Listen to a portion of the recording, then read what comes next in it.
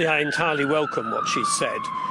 It was the right response. It was a measured response. This is an outrageous and violent act, an attempted murder, using a prohibited chemical substance. So it is very serious. I think if I have a concern is that there's a long track record of President Putin behaving in this way. And on the whole, he gets away with it.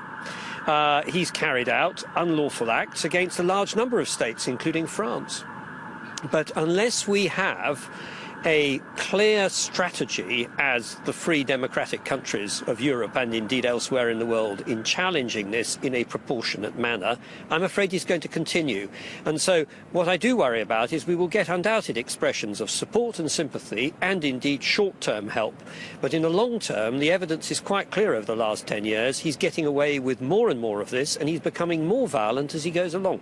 So would your concern be answered if allies, for example, tonight at 1900 GMT, the UN Security Council, the British are really going to try and push China and others to voice that support in a concrete way with international measures? Well, I certainly hope that the UN Security Council may respond positively, but of course I'm alive to the reality, which is that Russia is a member of it and is likely to veto any decision or resolution of it. And there may be other states like China which are reluctant to commit themselves. But the reality is this is a very serious long-term threat to peace. And as I say, it's not just about poisoning and murdering people, it's also about his cyber attacks, one of which he carried out on a French television station. It's pretty well established. TV5 actually. Yes, yeah. TV5.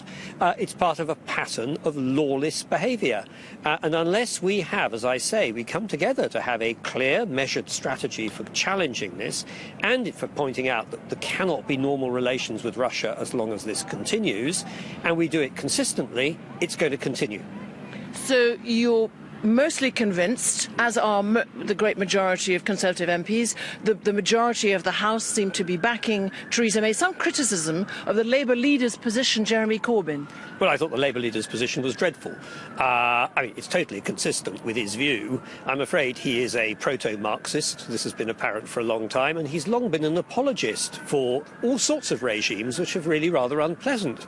And he's long shown an ambivalence towards condemning and being outright in his condemnation. He always seems to find something else to criticise, and it went down very badly with his own party. In fairness to him, it's entirely consistent with his own views and approach, which I've heard him display on numerous occasions as a parliamentarian over the years. And 2 words on Brexit, let me introduce that word.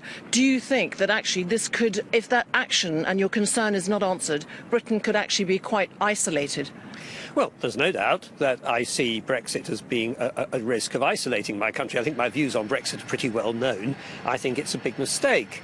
But equally, those of us who want to try to take our country towards a better destination are also very aware that actually it's the support of our European partners which is the most likely to enable us to achieve that.